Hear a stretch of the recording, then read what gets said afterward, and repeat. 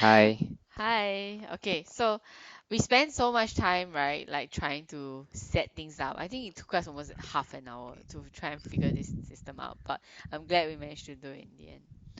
Yeah, Yeah, so this is the first podcast of House of Jotun. House of Children. Yeah, nobody knows that code word, so kind of Jotun is easy. our dog, who is like next to us now. Yeah, emoing. Okay, let me bring it up. Come, Jotun. Yeah. Oh, another name Ooh, is Jojo. Come here, shakers. come here, come here. Shaker fries. Come. Wait. Oh.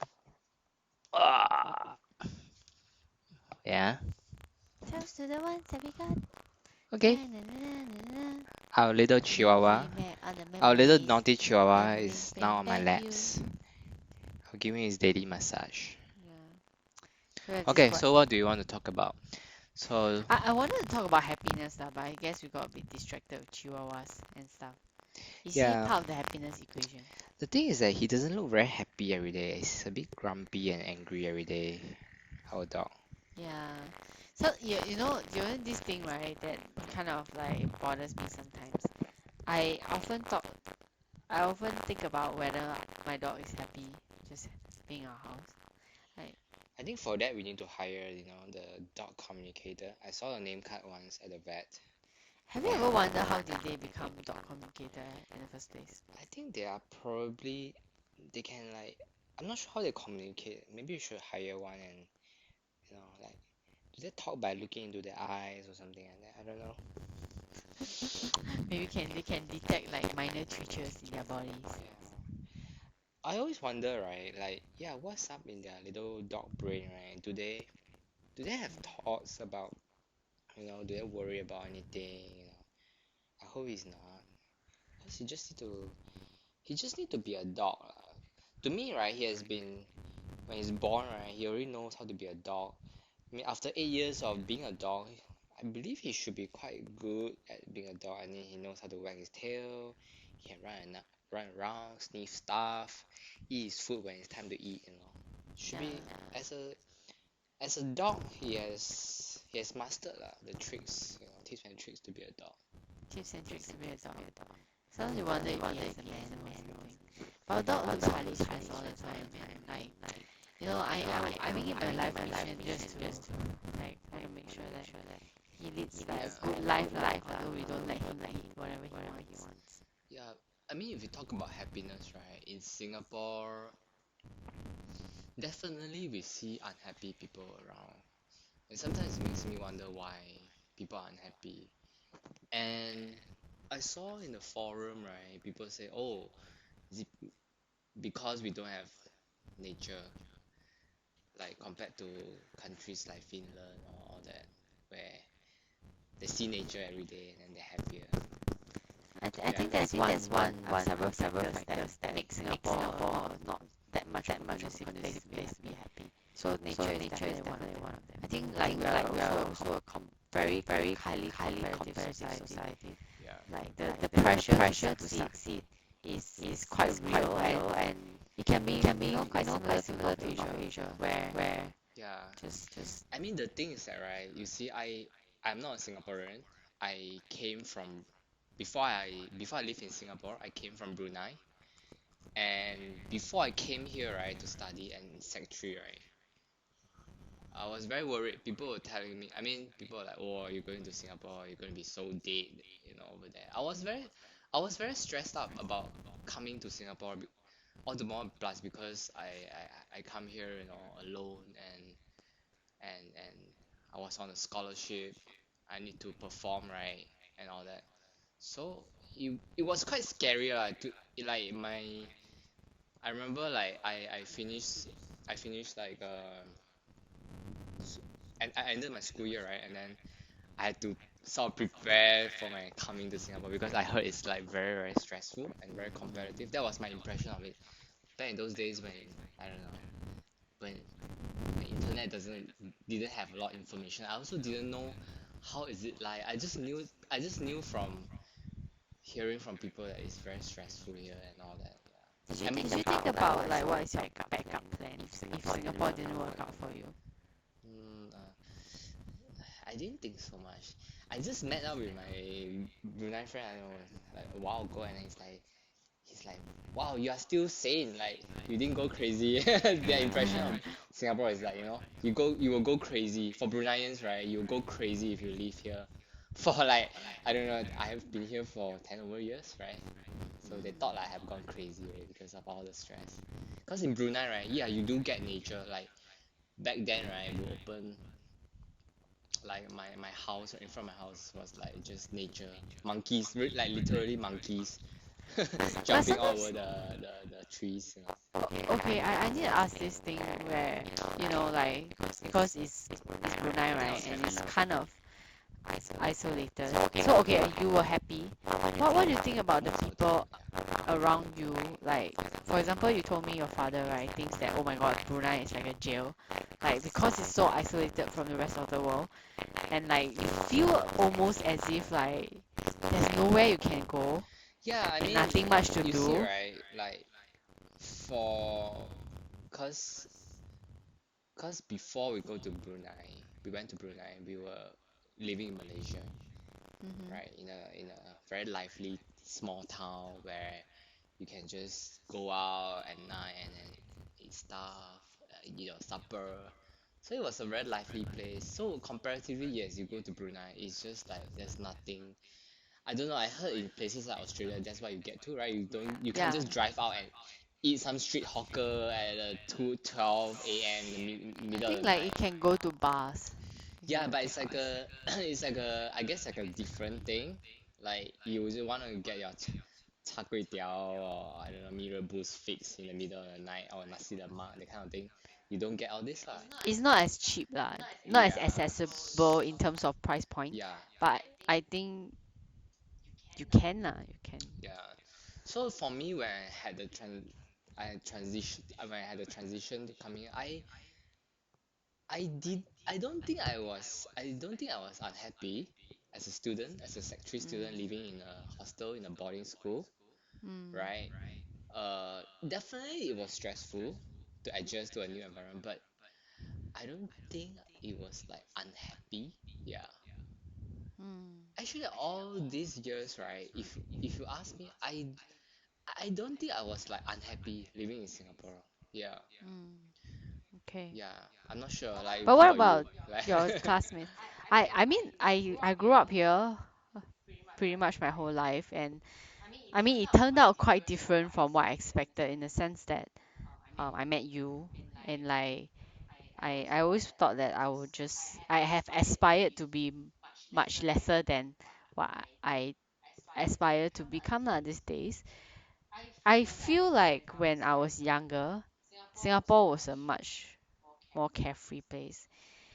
I don't know if it's just a perception thing of growing up where things, like you have to make a living, and things become much scarier, or is it a fact that our society has changed, and therefore this change has caused me to feel like anxiety a lot of the times. So I never had much problems with my studies, right? Like I told you, like I don't study much, but I get by. I don't do super well. I don't aspire to get like all A's. As long as I can progress to the next stage using B's, I'm very happy, or like kind of contented. And like my expectation is in life are like, as long as I can progress to the next stage and finish my college degree, I just assume that I'll find a job and it'll just be stable, and then I'll just work there until the day I die. But um yeah, like my first job, right, made me realize that maybe that's firstly not what I want. And secondly, working in civil service was quite stressful as well. Not in terms of I don't know how to describe that lah. It's just like, or maybe because I was just given a lot of work lah. I feel in comparison to my peers, because um a lot of the things they didn't know how to do, for example Excel, then I have to do for everyone, and I just felt like very slighted. And like, yeah, then if you come into the private sector, you're always like constantly worried about how fast the world evolves, how relevant your skills still are, and Like pretty much whatever I learned from school, right, is not applicable in real life. I would say 0%, you know. I'm not like even the kind who say, oh yeah, yeah, there are some transferable skills. No, it's completely irrelevant. But it doesn't have to do nothing to do with happiness, right? I mean, I mean, it has does it make something you to do happier with if you can apply no. your school stuff? It does. There is some correlation. Why I say that? Because if you can relish in the contentment that whatever you study, you come out to real life, you can apply it diligently, and then you have a stable progression, and you know eventually make enough to be like a middle income person for your family. And yeah, I think that kind of aspiration, right, in today's world or in Singapore, it is no longer applicable lah, right? Like where you get a college degree and then your expectation is that, oh yeah, then everything for you will be set in life. That was what was like back then. And that's why the difficult part was actually to get into college for our previous generation. And so the assumption is that once you're in college and then you come out of it, then you'll be fine, you know. Right. Like life will be puffed up for you. But now it's almost like a question of whether I should the younger people even bother to pursue education, because it takes a long time and costs a lot. And whereas, you know, if you go out to work, you can potentially just do a part-time degree, and it seems like in most cases it's sufficient. Yeah, yeah. It's it's definitely like different, right? I don't know. I think happiness is, yeah, this, or rather that, let's say the source of unhappiness, right, can come from like a lot of different things. I mean, we live in our own world with our own circumstances. We will not, we definitely don't understand the circumstances that are faced by, let's say, people who are, let's say, struggling to even, get by with the basic needs, to Yeah. buy, to, let's say, buy food. And we it will be, I would say it will be difficult for us to even understand. We'll try to imagine it, but to truly understand it, right, I think maybe one of the ways is to interact with people who are facing such difficulties. Like for me, I did volunteering right throughout my junior college, my years in junior college, even throughout my 4 years in university, right. We have befriended elderly, lonely elderly in Chai Chi, mainly back in junior JC, and then also the elderly in Jalan Kukoh area. And yeah, you can sense unhappiness in a sense like very real. For example, one old auntie, right, at the Jalan Kukoh area, where there are a lot of one room rental apartment, right, they'll just like say, auntie, like how are you? We just try to befriend and chit chat, Mm. right? Like 咪咁咯，等死咯, yeah, which is in Cantonese it means like, oh, it's just like that lor, waiting for death every day. It's just like when you hear that, you are firstly you are like, oh, how do I respond? Do you wonder sometimes whether that might become you in the Yeah, future? I mean, like you never know, right? Because some of us in the volunteering group will be like, or one of them, I remember one of my friends said like, oh, this really reminds me, next time I must really have children, I don't want to be, but children is also not guarantee, you see. Mm. Like, yeah, it's very it's when we do that's voluntary service every week, right, we'll sometimes I'll be a bit like, oh, what kind of gloom am I gonna face today, you have to beef up yourself because you're faced with some negativity and So unhappiness. You have to kind of brace for it, and then just try to remind them, or at the very least, don't deflect their negative talks away, and then just try to talk about distract them and talk about something else. okay, I have some question and also have some pointers that are mostly questions lah, like from what I hear from you.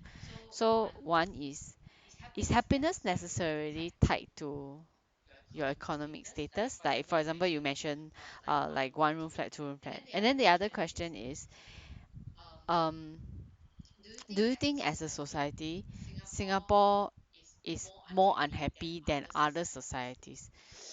I what I think Oh, is sorry. And the third question is, what made you want to continuously go back to volunteer, even though you know that, oh my God, like every week you're just going to face all these unhappy people? What's your motivation? Is it to feel someone else's unhappiness so that you can feel like, oh man, I'm so blessed? Or what was it? Like you have to answer these okay, three okay. different To be very questions. honest, we need CCA points lah. Last time, I don't know there's some point system we do in order to stay in the hall. Okay, jokes aside, that's one thing. I like to volunteer because I want to um know people that are like not within my bubble, so called. Because definitely we all live in our own bubbles, right? I remember And why do you want to know that? I want to know it because I'm just curious. Yeah, it's just I Okay. am very curious about because we all live in our own bubbles, and then when sometimes people talk about the difficulty, you just be like, huh, I don't really understand. But if you let's say you're more up close with these people that so called when they are featured in TV and whatnot, right? Then you can have a better perspective, I think. Mm. So you want to be like well-rounded. Yeah, like a potential future MP material. Haha, just kidding. I can't be MP. Okay, so your motivation was to be more empathetic and to be like kind of intellectually exposed lah. Yeah, because I feel like you can read all the books you want about social inequality, about all these class differences, but nothing beats a walk down, just volunteer even one time, just try to have a walk the grounds kind of thing. Like Okay, not that I want to be a politician. activist or whatever, just for my personal curiosity. Yeah, Okay, yeah. so then do you think that Singapore is in general more unhappy than other societies, or you think we're average, or we're actually happier already? Because obviously material wealth wise, we're doing a lot better than a lot of Yeah. places. I mean, to be very honest, right? For so many years I've been in Singapore, I don't truly understand the Singaporean psyche. Although I'm here since, I don't know, '02, that's like how many years? 18 years already, right? Wow, 18 years. And of course, you are Singaporean, and then I understand quite a bit of psyche, but I also sometimes I don't understand a lot of the things as well, like of how Singaporeans feel about a lot of things. Like you talk about material things, right? I don't know, like I always heard that because one time I remember in an accounting tutorial, my accounting the lecturer, not the lecturer, the tutor suddenly just out of the blue, right, said, I think we were talking about something like, oh, you may get your condo, you may get your car, but you'll find that it's all pointless. Then everyone in the class just went silent because we were working on some accounting problems. Suddenly she talked about her own things, and then like, but I gather from her statement, she has a car, she has a condo, but she's not happy. Yes, yes, yes, yes. Yeah, so it was quite interesting. Then she's like, you all may think that chasing after condo and car, you think that you move into condo you'll be happy, but then you realize it's not, it's all empty or something like that. Then I'm like, oh, okay. I mean, Oh, you I know. I I wasn't aware of that. I mean, I wasn't thinking about. I didn't even know condo was a thing that Singaporeans were chasing after, or rather Singaporeans wanted. I didn't know. I was like, oh, then I knew. Okay, okay. Singaporeans would like a condo. It's like a. Is it true? Like a social upgrade? Like you get I think there's HDB, some then you pressure. There is some next is pressure. it's like Yeah. if you it's like you play Monopoly. Remember the green house? Then the next is the red house. It's like you have Yeah. to upgrade to the red house. Is it like that? I don't know. I think yes, there is some pressure. You know, in fact, like now that you talk about this, right? I have some stories to share. Like, you know, when we were studying, right? I have a lot of different teachers and lecturers saying similar things, like almost like sighing about life, you know, in front of students. And back then when you were a kid, right? Like various levels, primary school, secondary school, university and all that, like when they are trying to like tell you about how they feel about the world, for example, they'll be like, you know, guys, like primary school, okay, it's like, you know, I wake up really early, you know, to run, and because I want to protect my body. And like this teacher is like, I don't know, teaching math or something. Like Yeah, completely yeah, yeah. They'll just go irrelevant. out of their Yeah, subject matter yeah, and yeah, then yeah. It's because, you know, sometimes I feel like they are a bit lonely, like they don't have they need anyone to to do share. podcasts like us. And yeah, this like this. these kind of teacher tend to be a bit more unpopular also. And then you can imagine if they're unpopular with students, perhaps they are also not that popular with their colleagues lah, like their peers.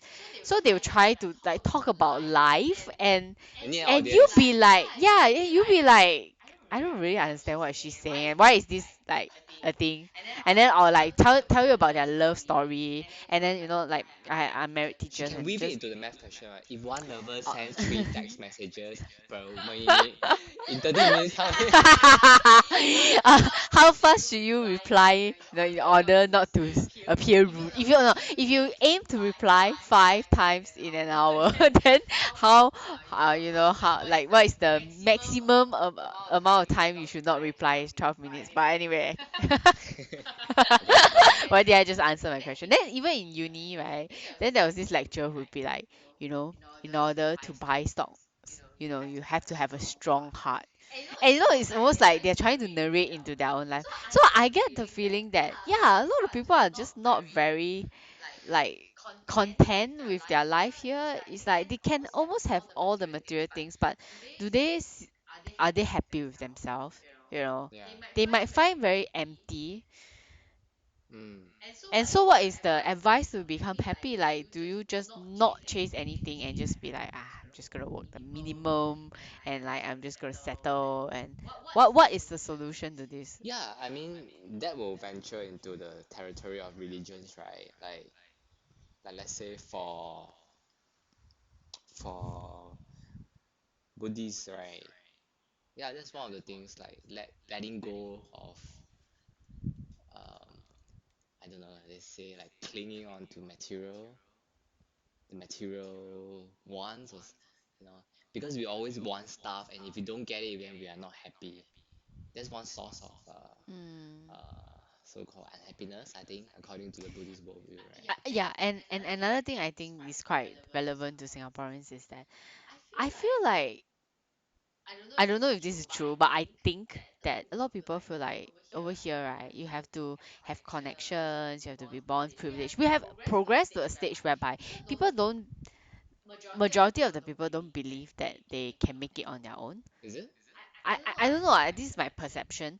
So like whenever someone else does well, they kind of like to assume, ah yeah, this guy, Yeah, that's true. I he do has hear this he has talking point quite a bit. connection, Yeah, he was born yeah. rich, or he has powerful parents or something like that. And then this brings us to the question, maybe there's some truth in it. Maybe because we are a society where structure and order is very valued. So if you have someone like your parent who is a high ranking person, or your uncle or whatever, then like it almost seems as if like you have better chances in life. Maybe it's not true, but if that is the perception, then it makes everyone else feel kind of hopeless and not willing to try. Because like if you think that you're going to fail, and if you think I don't have the connection, I'm going to fail for sure, then why would you try?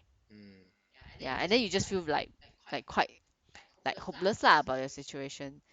No matter what situation you are in, maybe you're in a very good situation, but like maybe you aspire to have more, and then you just feel like you can't really attain it. yeah, yeah.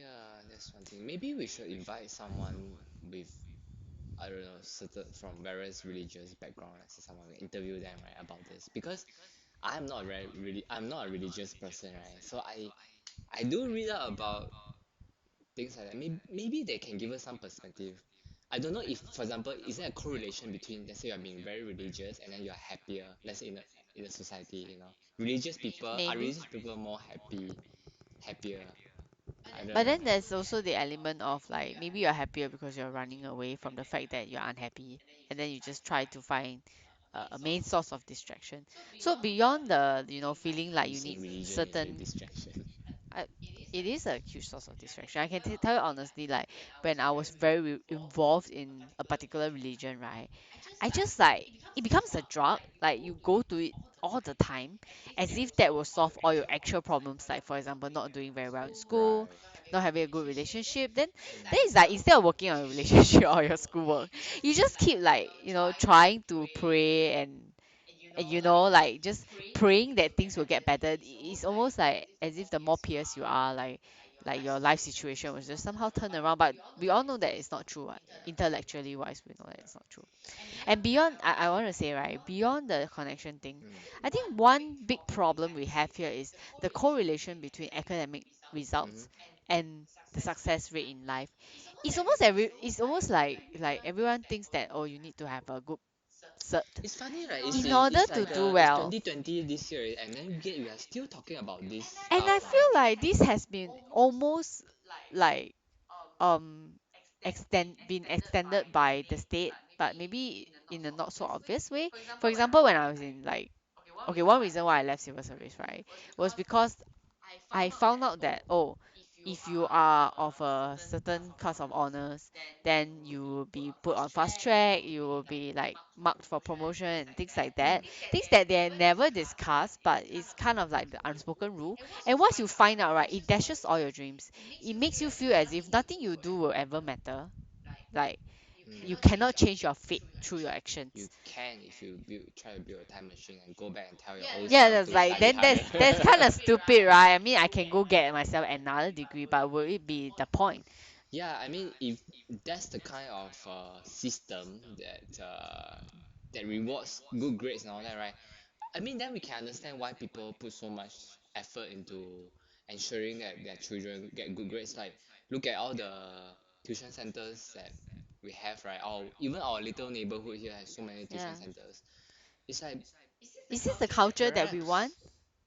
perhaps is this, No, that's what the if that's what the society wants, and then no, that's not what the society wants. The society is playing by the rules that have been set by the previous generation. So this is twofold, I feel, mm, in terms of multiplying our unhappiness. So number one, your expectation that if you work really, really hard in school and you attain like a NUS, NTU degree, mm, you necessarily do well. And that turns out to be untrue. yeah, Okay, so that's number one, like dashing your dreams. Number two is you actually got a decent degree, mm, you went out into society, and you want to continue to prove yourself, right? Because you want to continue to, as a good student, you want to continue to be a good working adult right, when you get out to work. And then you realize that, hey, this world, like filled with corruption, and like it's not true that you can attain good success in your career if you work hard. mm, Yeah, so it's like double. One mm, is if you don't do well in school, your future is over. One is if even if you do well in his school, you come out and then you be like, oh, the society plays by a vastly different rule. Okay, that's like in the private sector. And then if you go to the public sector, it's not like you're not doing well. But the idea, I think, that being fixated into a class of people, like a category, like an SES thing, mm. makes you feel very trapped. Yeah, I guess. And if you are in a good SES, right, you do whatever it takes to protect your own position in the SES, and it makes you very fearful. And then if you are in a low SES, it makes you think that, oh my god, I can never be there, and then it makes you very hopeless. Like, how is this like a good society? I think like people overvalue stability. Right, I don't know, man. Like, we need to interview some people. I think that it's like the social mobility here should be considered quite okay, right? I mean, if you can see on TV recently, the election, they were talking about some of the candidates, like, oh, how they are able to progress even from a humble background and all that, right? They're able to attain, But I feel success. like it's very geared towards academic. If you realize, right, their success story almost always links back to the fact that they took night classes. Yeah, yeah, yeah. It's true. It's all about getting good grade. I mean, yeah, achieving good result. Yeah, it's true. It's still the standard Right. story lah. It's like, I didn't follow the path, but once I come out and realize, oh, maybe following the path is much easier. So I went back and followed the It's like path. it's like their story is usually like they take a long turn left, turn right, but they still go back to the path. Yeah, then the question would be, why is the path the only way? The path is not the only way for a lot of people, I guess. Especially let's say people from the arts, music industry, for example, that like performing, Okay, the fair enough. performers. Yeah, definitely they. I remember one time, there was the PSLE result was being released, right? Then some people get some of these artists came out, they wrote down the I score. remember that. I think that was very encouraging because Mm, uh children, we don't know, right? Some of them may get really upset if, let's say, it's like on that day they will get that one score, and then yeah, some of them will I think some of them will really break down if it doesn't they don't get what they were hoping to, expecting, yeah. and then maybe they are scared the parents will be disappointed with them and all that, right? Yeah. But that's just PSLE, right? What about O levels? It's almost like No, this that's O then level thing is like you can't escape it. then we You need can't this cannot we need escape it. these successful artists or whoever, right, to keep doing this off, write their L1 R5 O level score and Then hold then up and then like, hey, then what about, like, why is it only artists? What about other career paths? Now, right, even being a like kindergarten teacher, they are emphasizing, oh, you need professionalism, you need to go for courses, and then not just courses, you need to be like, you need to have 2 years experience before you can be a director. It never used to be this way. mhm. It's almost like, you want to open a kindergarten, yeah, you can go ahead and open a kindergarten. Like, what's stopping you? For example, like we saw, right, ping pong, like creating like children Yeah. music and children educational resources. I mean, we don't know what's the education level, but teaching kindergarten is not that crazy, I and can. certain people can do it well even without Oh yeah, talking about the any baby shark thing, is certification. it? I'm pretty sure Yeah. if you go through like some sort of formal education in early childhood, then you may not come up with like some like wacky song like that, I mean, like, literally the song has no lyrics, right? It's baby shark do do do do do do, and conventional wisdom will tell you that, oh, you should write a Yeah, song it's that like has maybe meaning. grammatically must be correct, like sentence structure must be. Then the song be like, baby shark do, like, this baby is a shark, do or something. I don't know. Like you have to. It definitely will be not so catchy because I think when you need to be like creative, you have to, yeah, break the sentence structure a little bit. I don't know. Like this doesn't make Yeah. sense. It doesn't make sense. I don't know. I'm not sure. Is that what? We have to interview someone who is like I don't know, who has gone through a certain formal course. And their perception will differ for sure based on whether they have attended an Yeah. education, like But a now you structured can't be education. a kindergarten teacher, is it? If you don't have. I think you can't, I think they changed the rules. So Yeah. it used to be such that you can, but now you can't. Yeah. And like, why is it so? Like, just because overnight they changed the rules. And same for a not the coroner, I don't know what you call that, like the person who preserves body. And suddenly now, like previously you can like just, if you attain the cert, you know how to do it scientifically, you can just do it. But now you can't. You have to understudy Embalmer. someone existing. Embalmer, that's right. And like you maybe you have understudied someone else, somewhere else, but now they make the rules such that you have to understudy someone locally. Just like being a lawyer, just like being a doctor, or even I I think think even an architect, I right? They think have this every type of I think rules. every profession will want some sort of, I don't know what you call it, like a standardization or certification kind of thing, because Yeah, but that's something. but it's kind of stupid in a lot of But they cases. want it so that they appear, they have this professional certified. That's the whole idea of profession, isn't it? Like tiling, for example. Right. Like tilers in Singapore have to attend a course, and I don't really know what they study. I didn't like remember, but but seriously, tiling, I mean, it's a handicraft job, I right? don't know if like dog groomers need a certain. I don't think so, but yeah. But we digress, right? We're talking about happiness. Oh yeah, yeah. Ooh, that was a huge digression. But yeah, I feel like for me, at least, I I don't really like seeing all of these like licensing things. While in some cases it makes sense to license, Mm-hmm. or in fact no, none of the cases it makes sense to license, because there should be a choice, right? Are Like, you an let's say, anarchist? no, I'm not an anarchist. What I'm saying is that, for example, like a very established dentist, right, were to come to set up shop in Singapore, they cannot do it. They cannot do it because they don't have the license. And are you to say that this dentist is like not worthy just because they don't have a license from Singapore? Does it mean that they're unskilled? They're not what? So why, as a consumer, like, I don't have a choice? And on the grand scheme of things, I feel like it's trying to box people into a certain lane, like as if okay, you receive training in this area, you clock a number of certain years, and you will be like this is your career path. You're meant to do this, Well, and it's not easy to cross into other paths. but for this one right now, right, with this whole, some people may not get a job for a long time. For example, let's say, I don't know, let's say you Yeah. are like a tour guide or something. That's why I guess the government is trying to, let's say, everyone go do tech now, tech is where the bugs are, and be a data science dude, be a developer, be a whatever, not, the tech stuff. Yeah, I guess the whole idea of, yeah, suddenly change gear, I need to abandon shit and then do something else.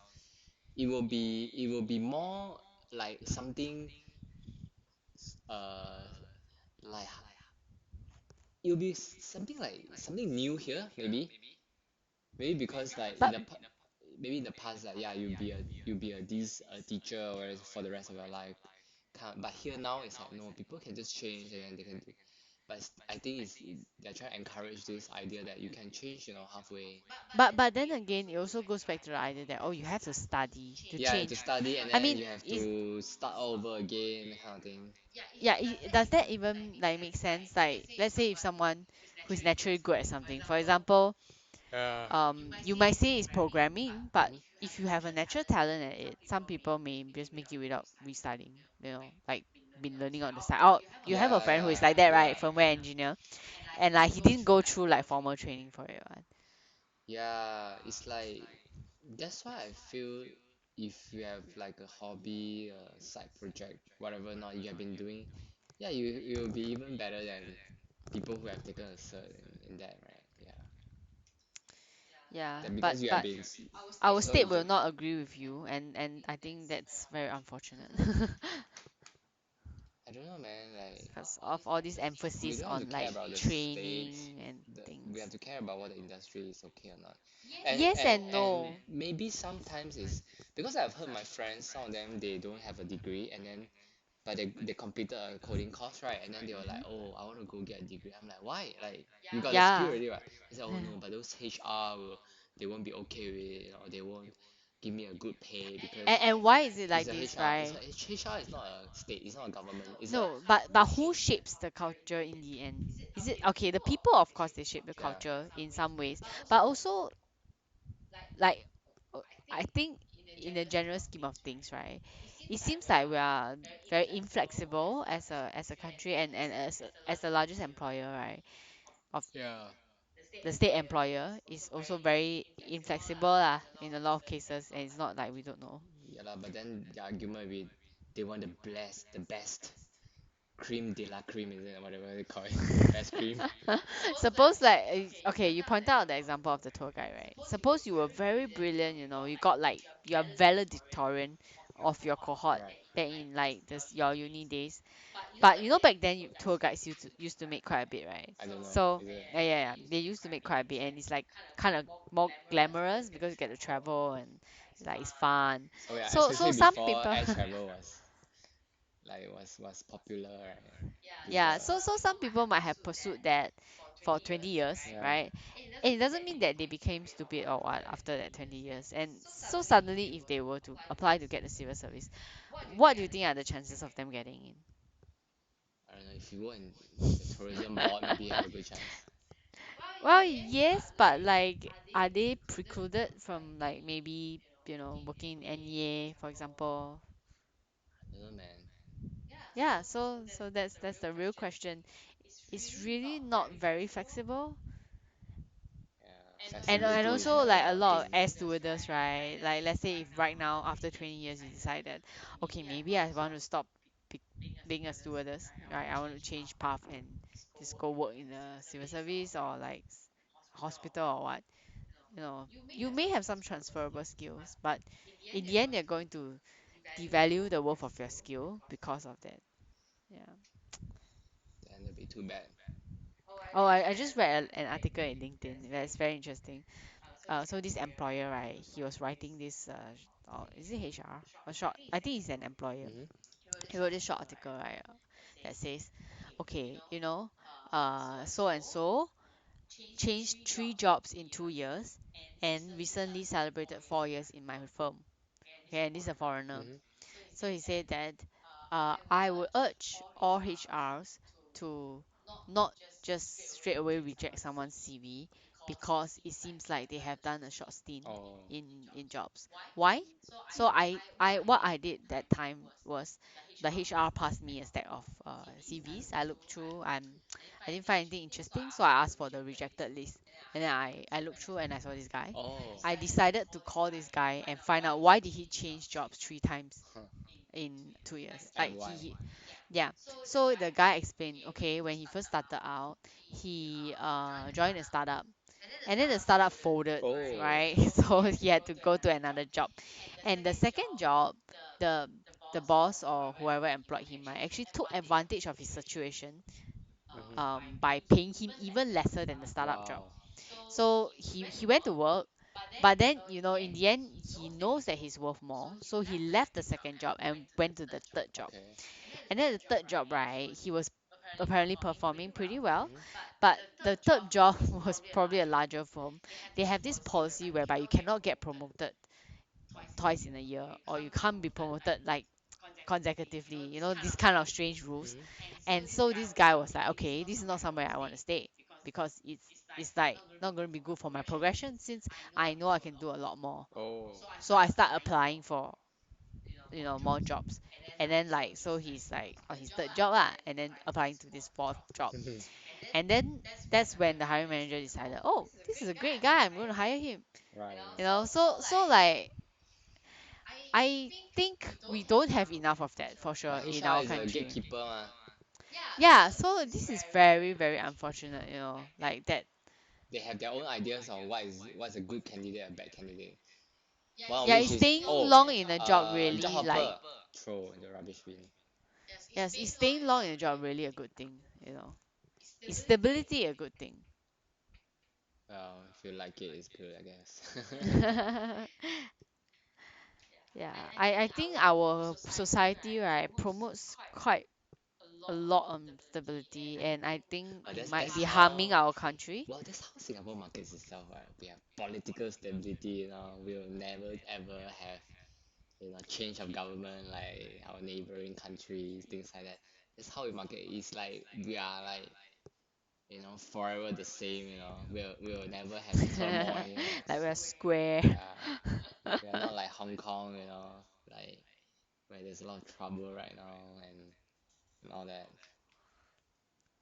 We are at SG50, the 50th National Day. We already saying we have SG100. They already talk about SG100 Oh my already. gosh. Okay, I mean some of us may not even don't even know we'll still be most there. most of us will not live to that SG100, age. is it? Will it be there? I don't know. I don't think so. Sadly, our little doggo here. You see SG100. He may not even see SG60 or something. He's a bit trembling. Let me put him. Wait, okay, back to the floor. There you go. Comic relief after like talking about something so serious. For our dog, he's not really very chill. It's like too serious, too uptight, very suitable here for Yeah, living it's a here. Singapore dog for sure. I For remember any- I saw a documentary. One of the migrant workers said like, oh, I don't like Singapore because people here that was a short film. never smile. Ah, that was a fake. Okay, it's a fake one. Okay, fine. I don't think that's untrue, but okay. Yeah, it's kind of like there's one thing I try to do is like as we walk our dog, right? I will try to practice to say hi because I realize a lot of people because like dog walkers, right? Dog owners are supposed to be a happy people, right? But yet some of them they don't look so, and then they try to avoid your eye contact, also don't really want to talk. But I think I'll try to at least like small talk or say hi. Maybe they're introverts, that's why they got a dog. They That can could talk be to their dog. that could be lah. Most of them are quite friendly, but then yeah, I think dog lovers already have a upper hand already in the happiness quadrant. Like they are already like because like this look at dogs, right? They will help you I guess to relieve stress and all that. That's for sure. Highly recommended. doctors should prescribe dogs, prescribe puppies, and patients tell them they're not very happy. Yeah. Like recently, we saw someone have a dog therapy, right? Dog assisted kind of a psychologist therapy or something. Yeah. I think Just yeah. It's like I think they can. I remember what the therapist said. Something was like, oh, the dog is there to calm the kids. I remember it was like a kids thing, so to calm the kids down and so ease into the whole therapy session. mm, The dog was there to as a some kind of a distraction or yeah, so the kids get more comfortable. Well, in short, dogs are good. yeah, it's true. Yeah, I mean, Okay, what eh, else can we I talk I about had another happiness? question for you right at the start. Like I had three questions. So one is why you want to do the volunteering. The other one is do you think our society is on average happier or like less happy than other societies? What was the first question again? Happy, let's say I can compare to Malaysia and Brunei, right? I think Brunei people are quite happy all the time. Not all the time, most of the time. I think I'm not very sure lah. I think. I think it has a huge correlation with the fact that they have a quite a strong community of friends. Like they're Yeah, quite close, yeah. right? Everyone knows everyone. It's a small place, right? Yeah. I mean, most people do well. Most people in the country do well, like economically. That helps Oh you. yeah, I remember. So my first question was, uh, is happiness necessarily tied to your economic success? I don't know, like they always cite those data where in don't know Bhutan or the Philippines, yeah, they are not strong economy players or whatever, but then their people are very happy, that kind of thing.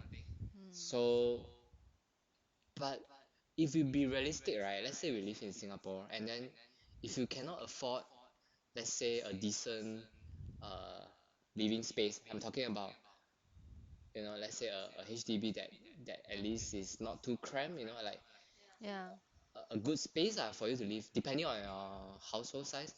Then it, I don't know because as we saw the documentary before right, about household Mm. space is quite critical lah for you to if you live in a cramped space all the time, like what we Oh, it's saw so hard to like be what we saw in happy. some of those Hong Yeah. Kong docu, right? Like I'm not sure, like if you tell me, oh, maybe in a city setting that I'm talking about, let's say a city setting, you need a certain kind of level of economics ability, right?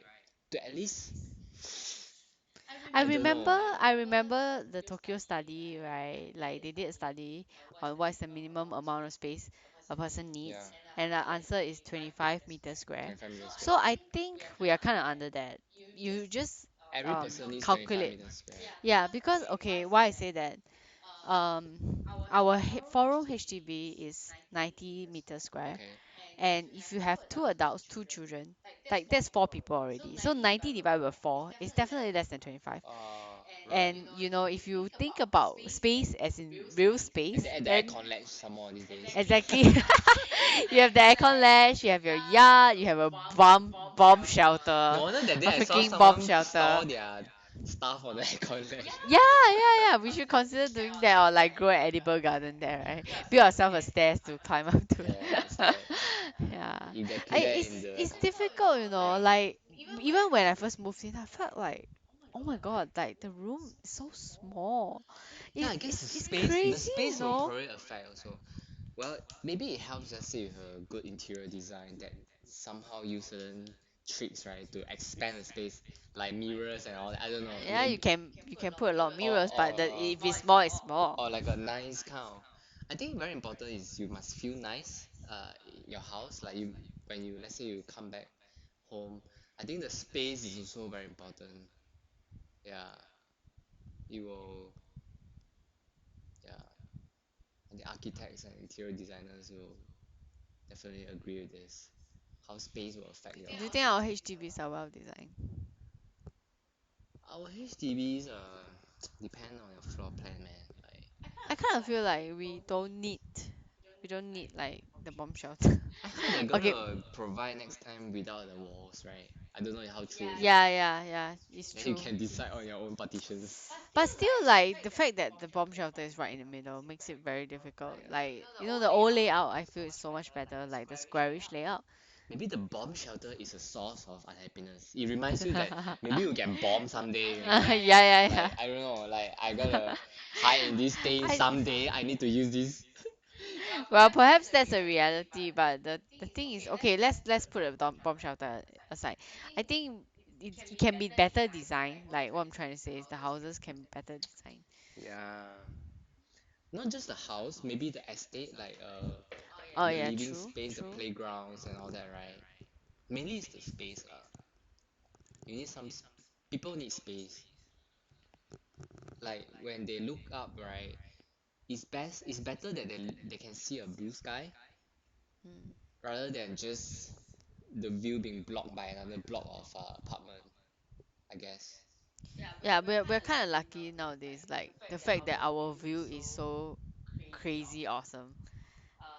I think the older HDBs don't really have this. Like the Yeah, DBSS have, those three blocks there, they are like the DBSS. But certainly in the past, right, when they build HDB, they don't give a damn about your view. Like the fact that they just put them side by side, you know. yeah. Shout out to our architect, man. If we found out who is the architect of our estate, we should invite them.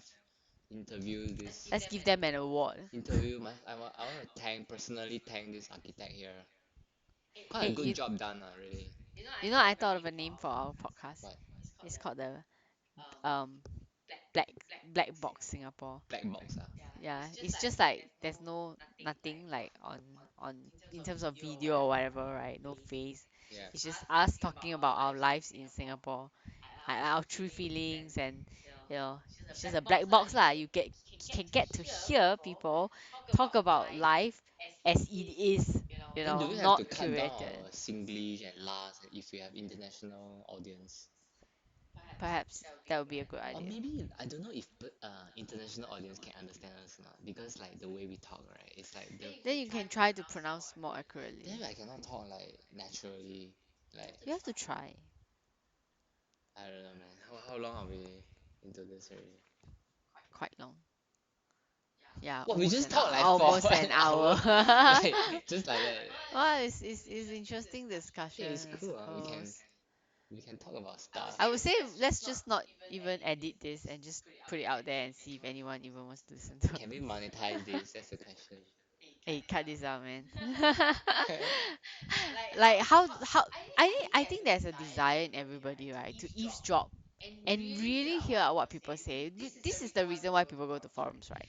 But honestly, like how much can you really type, and how many people actually have the patience to listen, not listen to read But I'm curious now, everything? would people Yeah. want to listen to two of us talking? We are just two random No, we are citizens okay. So our branding is we are saying exactly how we and feel. residents. Like we're not whitewashing anything. If you listen to us, we are saying that HDB design can be improved, but if you scratch that, you'd be like HDB design sucks.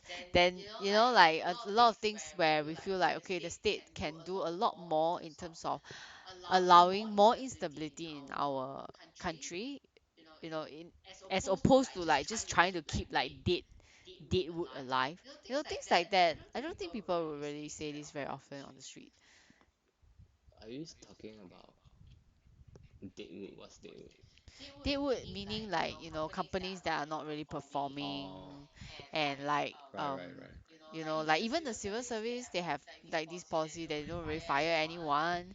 Like I mean, of course you don't fire people lightly, right? But when there's a That's not need. what civil service stands for. They are like, there should be like iron rice bowl.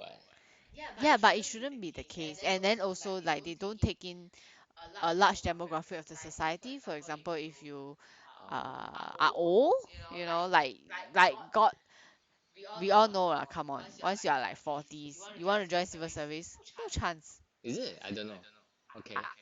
Okay, At least that's my perception. But And perception are damaging enough, but I right? remember the manpower folks are like, oh, don't discriminate old employees, right? Yeah, we should ask the question, but will you hire? Will you hire? I don't know. We should check the website. Maybe they're hiring now. Perhaps. So yeah, like that. I don't think it's all gloss and everything is shiny here, and we have to be very truthful in what we say. If not, people will not want to hear it. Yeah. If it's just like another show where you just say things so that like people have a good impression. Yeah, I guess right, it goes back to just now we say like our teachers just suddenly talk about their life. It's like everyone wants to be heard. And we are like what 55 minutes right now into our podcast, and I think I'll if cut the portion on dogs at the front. and if someone is listening, right, I mean, like, wow, really thank you, you actually listen to us, because we want to be heard, a lot of us. Yeah, When we say yeah. something, we hope that besides sitting down and talking to our friends, we Mm. don't really have chance to say our things and be heard. Actually, Yeah, all of us want to be exactly. heard. Exactly. And sometimes like living in this type of environment, right? You're very scared of what you say Say, to other yeah, people. yes. Yeah, and okay, so for example, right, Singapore, everybody thinks it's a great place, and a lot we know, right, a lot of Malaysians, Filipinos, and like maybe even people from Hong Kong now, Yeah, like a lot of people want to move here yeah. for a fact. And people I mean, from I'm like one, right? I China, came and here.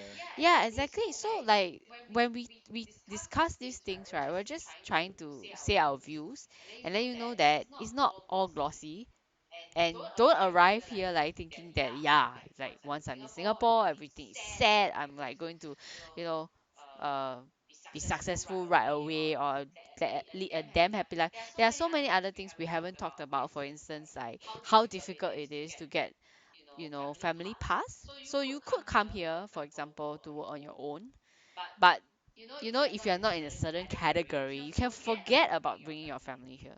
It's just impossible. Mm. And there are a lot of unspoken rules in Singapore, which we will try to dissect for everybody. Yeah, maybe our audience can be people who want to understand more about Singapore. Maybe Right. I we mean, don't know who wants to listen to us, but it's natural, right, to assume that once you land a job here, and hopefully, like, let's say maybe to you, right, four plus $1,000, right, it's a lot of money. If you convert it into pesos or ringgit, wow, that's crazy, right? 4,000 is mm, 12,000 ringgit, right? You may think like, wow, the future for you is set and all that, but we need you to kind of understand that uh, a lot of things are just not what it seems lah. The money aspect is true. You can earn a lot of money here. mm, But what is the sacrifice you have to make? mm. Yep. Okay, let's just end it here. I think it's Okay, thanks for getting a bit listening. Well, long. if any of you out there really listen up to this point, I really thank you, because we don't expect. I don't know, because I don't know who will be interested if yeah, I mean, if you are still listening right now, thanks so much. Yep. Okay, bye.